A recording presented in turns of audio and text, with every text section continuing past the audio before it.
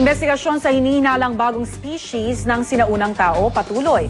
Noong 2003, isang kalansay ng Homo floresiensis o tinaguriang The Hobbit ang natagpuan sa Flores Island sa Indonesia. 3 talampakan lang ang taas nito. Mahalaga raw ang pagkakatuklas dito dahil posible raw mabago ang mga paniniwala tungkol sa pinagmula ng tao. Pinaniniwalaan kasing sa Africa nagmula ang unang modern na tao, ang Homo erectus. Kapag napatunayang ibang species ang The Hobbit, ibig sabihin ay mas malaki ang naging papel ng Asya sa ebolusyon ng tao. 2 seal ipinanganak sa ilalim ng special breeding program sa Poland. Pinangalanan ang babaeng seal na si Jolka at Jantar naman ang lalaki.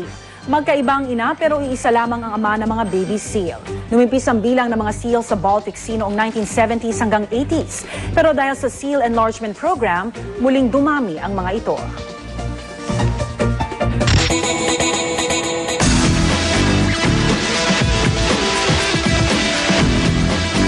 Anim na araw bago ang bakbakang Manny Pacquiao at Joshua Clottey, makibalita tayo ukol sa Biggest Loser Challenge ng pambansang kamao sa kanyang staff. Pati na rin ang pinakasariwang balita tungkol sa kanyang paghahanda sa laban. Mula sa Los Angeles, California, may report si Chino Trinidad. Chino? Yes, bawat isang boksingero na naghahanda ng ganito ka-intense, tinatawag na binibigyan o entitled sila sa isang rest day.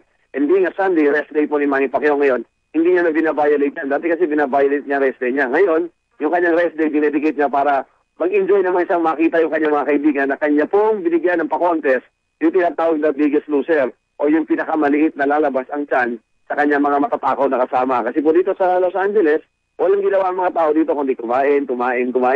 At talagang mag-weight gain kayo. Pag nakita niyo yan sila Buboy Fernandez, pag nakita niyo sila Nonoy Neri, yung sila Atlas Fernandez, yung mga tiyan ho nila, pwede nyo gamitin na basahan ng libro. Pwede nyo ipatong yung libro nyo doon, mababasa nyo sa pagkalalaki ng tiyan nila. Pero this morning, nagsipag-impisan po yung kanilang mga sikmura dahil nirequire sila ni Manny Pacquiao na at least matrim down nila ang 15% na kanilang body weight.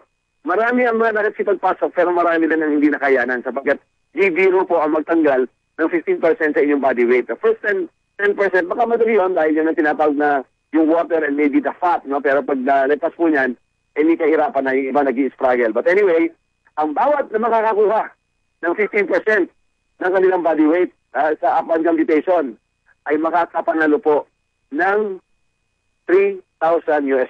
At pag ikaw, ang pinakamalaki ang naibaba sa total percentage ng body fat sa weight, no? Bibigyan ka ni Manny ng bonus ng $20,000.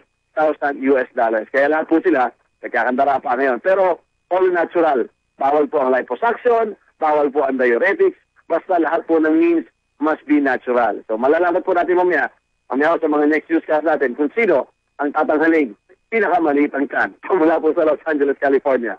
Ako po si Chino Trinidad para sa GMA. Maraming salamat, Chino Trinidad. Nag-uulat mula sa Los Angeles, California.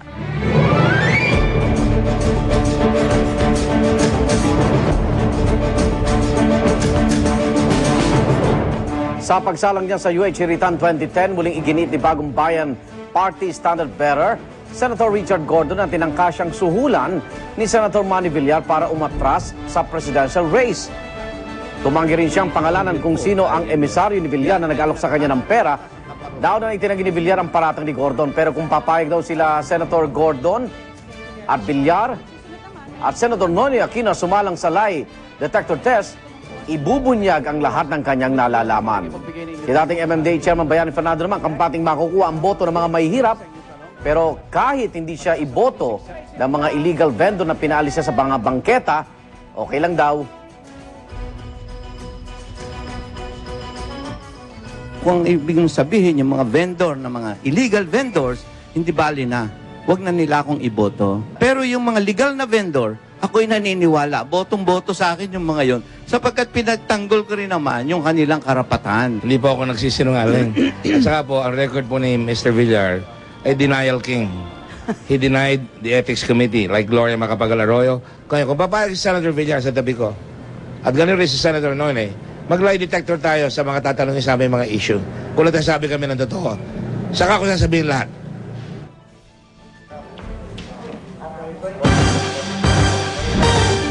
Para makatanggap ng mga pinakabagong balita via text, type lang ang GMA News Space On. at isend sa 4627. At yan po ang mga unang balita sa umagang ito.